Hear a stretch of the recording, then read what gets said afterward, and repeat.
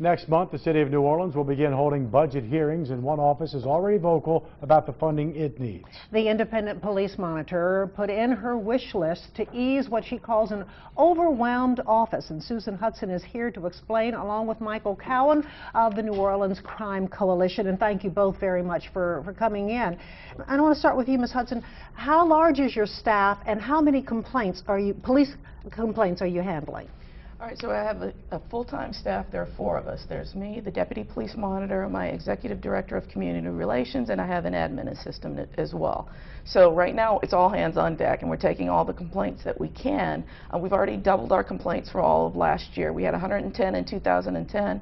This year we're already at 219. That was as of last week. So we're scheduled to double that and keep going. So we're spending a lot of our labor and a lot of our manpower on taking those complaints and monitoring those complaints, which we're trying to do for the public. So in order to serve the public in a more timely manner and also to be more responsive to the department in a timely manner, we need this full-time staff to make sure we can fulfill our duties.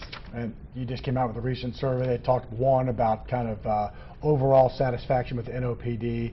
It's been a tough time in courts for that department, and certainly I would assume you are very much in support of this office, which we've seen getting double the complaints. Yeah, we are indeed, and in fact the Crime Coalition has been supportive of the establishment of the office from the beginning, and it's clear to us that that in order to operate at a level that it can be credible, given the scope of things that Susan is responsible for dealing with, extra funding for personnel especially is critical right now. What did your survey show?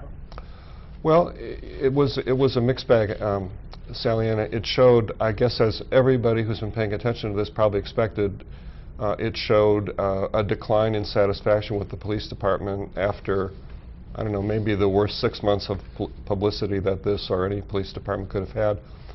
On the other hand, there's a question that's important in there that asks about how people feel about their interactions with individual police officers, and that number has gone up consistently since the beginning of the survey, including this last time, and now we're at almost 80% of people reporting that they had a positive interaction. So face-to-face and person-to-person, that's good news. The overall perception of the department right now was hit hard by these past few months. And your survey also found that a great number of people believe that the police monitor's office should have increased staffing. It did, and it also found, I was eager to see what this was going to say, and I just didn't know, but it showed that only 5% of the people who responded didn't know about the office. And so for really a brand new office that's been primarily, you know, in setup mode for a while, that's an encouraging outcome. Well, Ms. Hudson, let's talk about what you have as far as monitoring investigations in conjunction with the new database. Basically 15 to 20 cases each for what is yourself, another person, and another investigator, so 3 investigators. Right. As you look forward, what would you need as you go to the council in the coming weeks? What are you going to be asking for? How many more people do you need? Well, best case scenario, we need about 10, because we need another deputy police monitor, we need some attorneys to there are numerous legal issues as to whether or not stops are legal, whether or not force is legal. We need attorneys in there. We also need investigators. We would like investigative powers. There are certain types of cases that we really need to look at.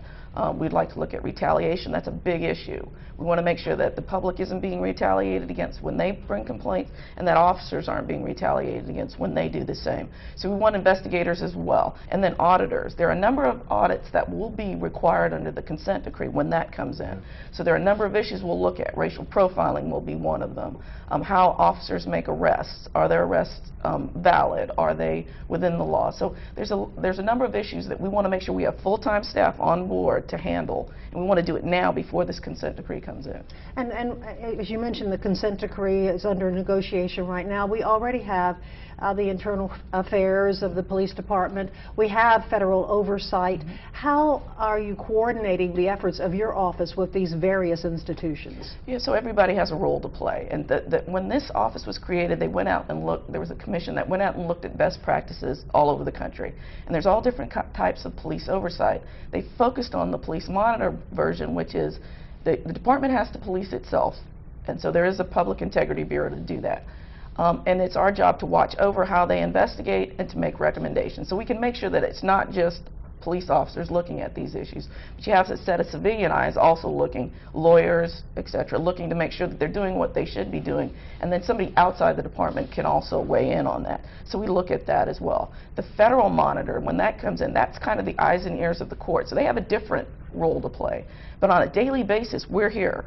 We're involved in whatever the department does. When I leave here, I'm going to go to the New Orleans Homicide Review Commission. I've been invited to be a part of that, which is trying to look at how we can reduce homicides here in the city.